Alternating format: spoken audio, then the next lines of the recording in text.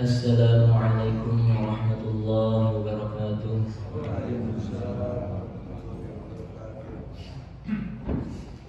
Alhamdulillah, alhamdulillahi rabbil alamin. Assalatu wassalamu ala asyrafil anbiya'i wal mursalin Sayyidina wa maulana Muhammadin wa ala alihi wa ashabihi ajma'in wa ba'du. Rabbi syrah li sadri wa yassir li amri wa hlul 'uqdatam min lisani yafqahu qawli. Subhanaka la 'ilma lana illa ma 'allamtana innaka antal 'alimul hakim. Allahumma la sahla illa ma ja'altahu sahlan wa anta taj'alul huzna sahlan idza syi'ta sahlan. Lima subuh yang sama-sama mengharap dari Allah Subhanahu wa taala. Alhamdulillah, segala puji bagi Allah Subhanahu wa taala yang telah mengaruniakan berbagai nikmat kepada kita semua. Nikmat sehat, nikmat iman dan Islam. Dijadikannya kita sebagai orang-orang yang beriman adalah salah satu nikmat tertinggi yang Allah Subhanahu wa taala karuniakan kepada kita. Yang mana apalah arti orang hidup di dunia, berapa tahun pun dia hidup di dunia, seberapa kaya pun dia di dunia, akan tetapi tidak memiliki iman, maka tidak ada nilainya di sisi Allah Subhanahu wa taala. Sebab orang yang beriman maka dia mendapatkan jaminan dari Allah Subhanahu wa taala surga ketika dia meninggal dunia. Bahkan orang yang terakhir keluar dari neraka itu dikatakan bagian surganya adalah sebesar 10 lipat luasnya dunia. Ini orang yang terakhir. Yang terakhir itu ya kira-kira gimana? Terakhir masuk surga sebab apa? Lama sekali di neraka. Itu saja bagian surganya 10 lipat kali dunia. Maka ketika kita di dunia ini, sejatinya kita beramal solih adalah untuk membangun kaplingan-kaplingan yang sudah Allah Subhanahu wa taala sediakan bagi kita di surga. Ketika kita sungguh-sungguh membangun surga, maka kita akan dapatkan surga yang istimewa. Tetapi ketika kita bermalas-malasan, mendapatkan surga yang tidak begitu istimewa. Bukan tidak istimewa, tapi tidak begitu istimewa. Karena bagaimanapun keindahan surga itu mala ainun ra'at wala udhunun sami'at wala khatara 'ala qalbi bashar. Tidak pernah dilihat oleh mata, tidak pernah terdengar oleh telinga, dan tidak pernah terbesit oleh hati. Maknanya segala keindahan yang pernah dilihat oleh mata itu tidak bisa menyamai dengan keindahan surga. Segala keindahan yang disifati, yang kita dengarkan tentang surga, tentang apapun itu tidak bisa menyerupai surga yang hakiki. Begitu juga apa yang kita bayangkan tentang keindahan surga itu pun tidak akan bisa menyamai surga yang sesungguhnya. Maka kita bersyukur sekali dijadikan oleh Allah Subhanahu wa taala menjadi orang beriman. Dan di antara ciri orang beriman kata Nabi Muhammad SAW adalah salah satu hadis, ajaban li amril mu'min, menakjubkan sekali urusan orang yang beriman. Inna amrohu kullahu lahu khair. Sesungguhnya segala urusannya itu baik. Orang beriman itu Pak, segala urusannya insya Allah baik. Walaysa dzalika li ahadin illa lil mu'min, dan hal tersebut tidak bisa dimiliki oleh selain orang beriman. Kalau orang beriman itu segala apa yang dia peroleh, dia jalani, yang diterima dari Allah Subhanahu wa taala insya Allah baik baginya. Tapi tidak bisa berlaku bagi selain orang beriman. Apa itu? In asobathu sarra syakara fakana khairan lah. Kalau dia mendapatkan sesuatu yang menyenangkan dalam konteks yang bukan maksiat ya. Entah dapat rizki, dapat kesehatan, bojo sing ayu, ya, sing lanang yang ganteng, sayang karo bojone sing wedok atau sebaliknya perhatian, punya tetangga yang baik-baik, sesuatu yang menyenangkan hati kita, maka dia bersyukur. Dan syukur adalah perkara yang baik bagi seseorang. Wa in asabathu dharra, dan kalau dia tertimpa sesuatu yang tidak menyenangkannya, sebaliknya tadi, misalnya anak nakal, kan, atau mungkin punya diuji oleh Allah dengan kemiskinan, ket lahir masih tua kok yang melarat terus, atau sakit yang menahun terus-terusan sakit, atau diuji dengan istri yang susah diatur, atau mungkin orang perhatian kalau bojone kalau anak-anaknya tidak menyenangkan lah, saudara dia tetap bersabar. Fagana khairan, dan sabar itu juga bagus bagi dia. Nah, itu diantara ciri orang beriman. Kalau dapat yang enak-enak, yang menyenangkan, dia akan syukur. Dan kalau dia mendapatkan sesuatu yang tidak menyenangkan, kurang menyenangkan, dia akan berusaha untuk sabar. Kemudian mana yang lebih utama antara orang yang bersyukur atau orang yang bersabar? Kan kadang-kadang orang itu mendebatkan, ada yang mendebatkan orang kaya yang bersyukur itu lebih utama ketimbang orang miskin yang sabar, atau sebaliknya. Ini semua memiliki keutamaan masing-masing. Hanya beberapa ulama mengatakan syukur, orang kaya yang syukur itu lebih baik. Ada juga yang mengatakan orang miskin yang sabar itu lebih baik. Kemudian seringkali kita menyangka kalau kita diberi kemuliaan, diberi kekayaan itu adalah berkat Allah memuliakan kita. Kadang-kadang orang mikir gini, Pak. Ketika saya panennya banyak, misalnya bisnisnya lancar, kayak sehat terus, ya, karirnya bagus, itu menyangka kita itu sedang dimuliakan oleh Allah. Banyak nggak orang seperti itu? Banyak. Aku ya alhamdulillah, kayak macam-macam. Dan dalam hatinya merangkai ini loh, hasil dari usahaku, maksudnya hasil dari ibadahku, hasil dari macam-macam, merasa dirinya itu dimuliakan oleh Allah dengan segala nikmat yang dia miliki. Maka kalau dalam Al-Quran, fa'ammal insan idza mabtalahu rabbuhu fa'akramahu wa na'ama fayaqulu rabbi akraman. Manusia itu kalau diuji oleh Allah dengan kemuliaan, dikasih banyak nikmat, dia mengatakan Allah memuliakanku. Allah memuliakanku. Akan tetapi sebaliknya, wa amma idza mabtalahu faqadara 'alaihi rizqahu fayaqulu rabbi ahana. Ketika dikasih ujian, kesulitan, melarat, misalnya sakit dan sebagainya, merasa kalau dia itu sedang dihinakan oleh Allah. Kadang-kadang orang seperti itu, dan kadang juga kita memandang orang lain seperti itu, Pak. Ketika melihat orang yang kaya, kemudian dikasih macam-macam, kita menyangka itu adalah dimuliakan oleh Allah. Orang itu sedang dimuliakan oleh Allah. Sebaliknya kalau orang diuji dengan kesusahan, kadang-kadang juga kita memikirkan seperti itu, bahwasanya dia ini sedang dihinakan oleh Allah. Padahal kalla, kata Allah, kalla, sekali-kali tidak demikian. Yang kita pikirkan itu tidak seperti itu. Bahwasanya nikmat itu tidak menunjukkan kalau Allah itu pasti meridhoi orang tersebut. Begitupun sebaliknya, ketika orang itu dikasih susah, sakit dan sebagainya, itu juga tidak menunjukkan kalau Allah itu menghinakan orang tersebut. Sebab apa? Dunianya adalah darul imtihan, tempatnya ujian. Sesuatu yang enak itu juga ujian. Jangan menyangka yang ujian itu sesuatu yang susah saja. Ya tadi dikatakan fa'amal insan idza mabtalahu, kata Allah, jika diuji, jika Allah mengujinya dengan apa? Dengan kemuliaan dan nikmat. Berarti kan kemuliaan dan nikmat itu ujian.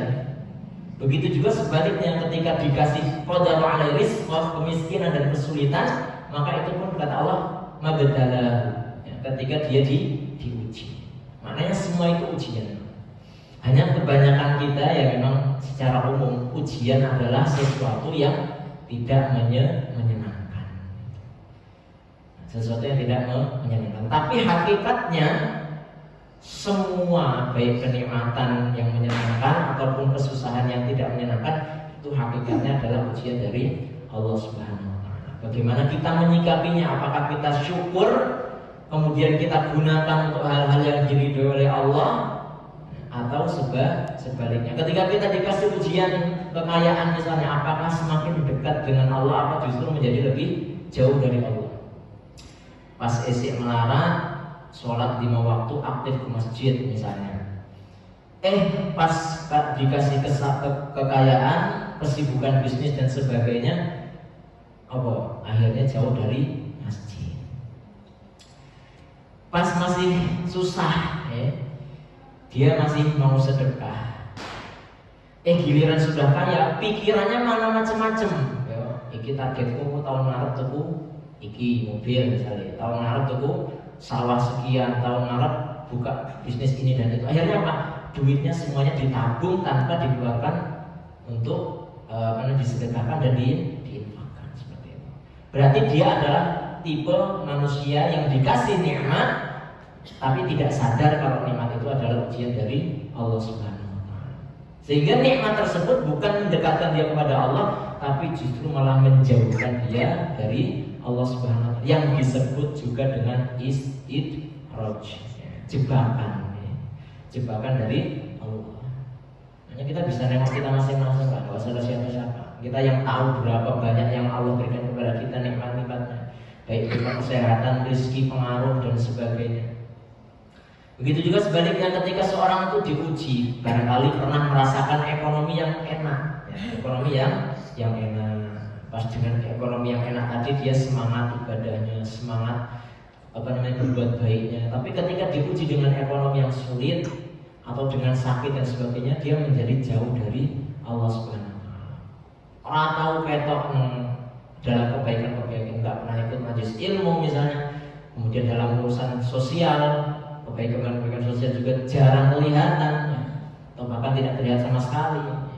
Berkurang drastis urusan ibadahnya, perhambaannya kepada Allah, maka dia termasuk orang yang tidak lulus ujian.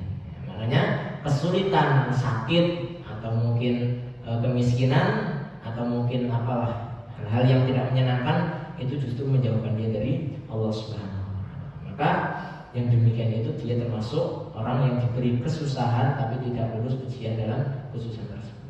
Tapi memang secara umum hal itu adalah sesuatu yang lebih berat ketimbang ujian berupa kenikmatan.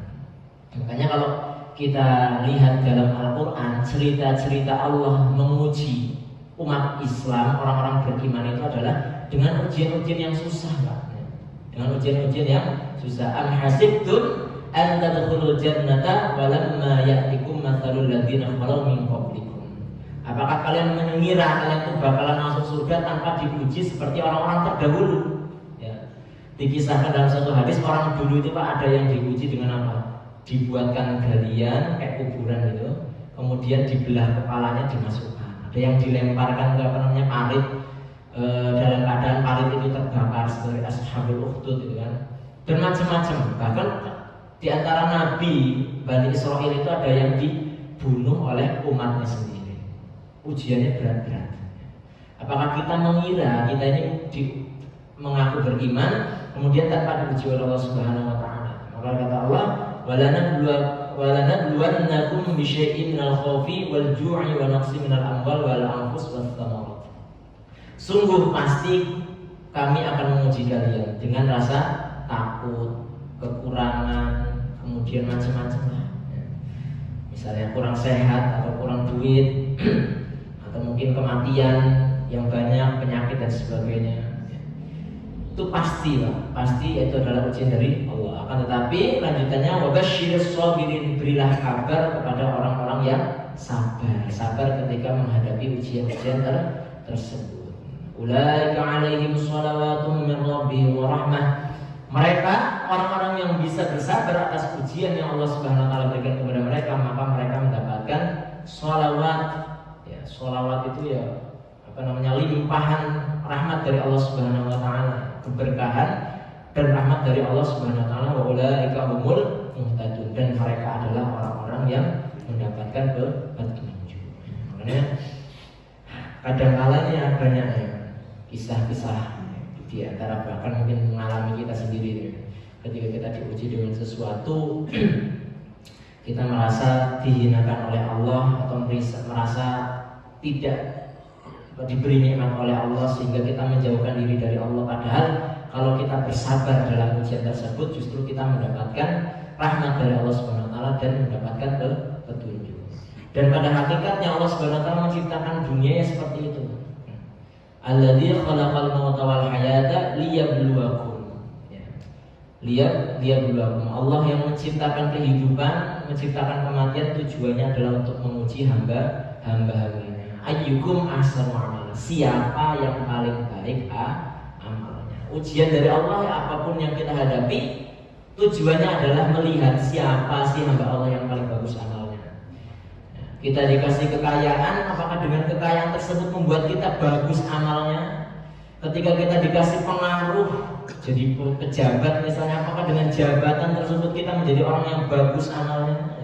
Ketika kita dikasih apa lagi? Dikasih kesulitan pun sebaliknya ya. Apakah kita dengan kesulitan tersebut menjadi orang yang sabar, kemudian ridho dengan ketetapan Allah, atau sebaliknya? Ayyukum ahsanu amala. Siapa yang paling bagus daripada kalian amalnya?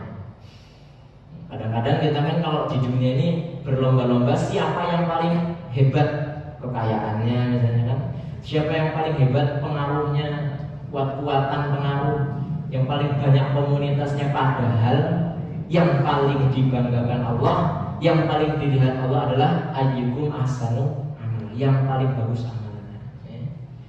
Dan paling bagus amalnya ini bisa diperoleh oleh siapapun. Nggak perlu nunggu jadi pejabat baru bisa beramal, nggak nunggu jadi orang kaya baru beramal, tidak. Setiap orang diberi nikmat, diberi posisi untuk beramal sesuai dengan porsinya masing-masing. Maka berusaha kita menyikapi kehidupan ini, apapun yang diberikan oleh Allah, baik itu nikmat, baik itu kesulitan, ya kita sama-sama belajar, sama-sama belajar untuk senantiasa bersyukur dan juga bersabar. Dan kita harus yakin, mengingat bahwasanya segalanya itu adalah akan dipertanggungjawabkan di hadapan Allah Subhanahu wa taala. Dan tujuan itu semua adalah untuk mengecek apakah kita dengan nikmat-nikmat tersebut semakin baik amalnya, apakah justru menjadi jauh dari Allah Subhanahu wa taala. Apakah ketika mendapatkan ujian kita dapat melewati ujian tersebut sehingga kita dikategorikan orang yang bagus amalnya, atau justru sebaliknya. Wallahu a'lam bishawab. A'udzu billahi minasyaitonir rajim. Bismillahirrahmanirrahim. Allahumma shalli wa sallim wa barik ala sayyidina Muhammad wa ala ali sayyidina Muhammad sayyidil awwalin wal akhirin. Wassallam radhiyallahu tabaraka wa ta'ala an sayyidina syahidi Rasulillah ajma'in. Alhamdulillahi rabbil alamin. Hamdan syakirin hamdan na'imin hamdan yuwafi ni'amahu yukafi mazidah. Ya Rabbana lakal hamdu kama yanbaghi li jalali wajhikal karim wa 'azimi sultanik. Rabbana ighfir lana dhunubana wa liwalidayna warhamhuma kama rabbayana shighara. Wa limashayikhina wa liasatidina wa mu'allimina wa litalamidina wa ikhwanina wa akhwatina wa azwajina wa dhurriyyatina wa li jami'il muslimina wal muslimat wal mu'minina wal mu'minat al-ahya'i minhum wal amwat. Allahumma qasim lana min khashyatika ma tahulu bihi bainana wa baina ma'siyatik, wa min ta'atika ma tuballighuna biha jannatak, wa min al-yaqini ma tuhawwinu bihi 'alaina masa'ib ad-dunya, wa matti'na bi asma'ina wa absarina wa quwwatina ma ahyaytana, waj'alhu al-waritha minna waj'al tha'rana 'ala man zalamana wa ansurna 'ala man 'adana, wa la taj'al musibatana fi dinina, wa la taj'al ad-dunya akbara hammina wa la mablagha 'ilmina, wa la tusallit 'alaina man la yakhafuka wa la yarhamuna. Allahumma ij'al jam'ana hadha jam'an marhuma wa tafarruqana min ba'dihi tafarruqan mimman ma'suman. Allahumma ij'alna wa auladana wa ahlana wa azwajana wa dhurriyyatina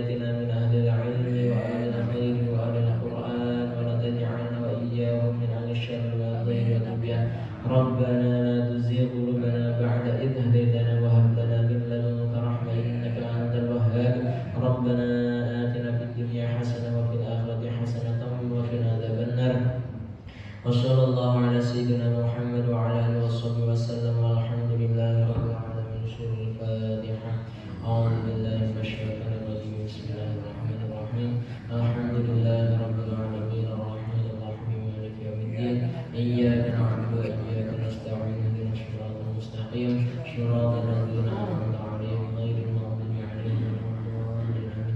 أقول قولي هذا وأستغفر الله لي ولكم والله الموفق إلى أقوم الطريق. سبحانك اللهم وبحمدك أشهد أن لا إله إلا أنت أستغفرك وأتوب إليك. السلام عليكم ورحمة الله وبركاته.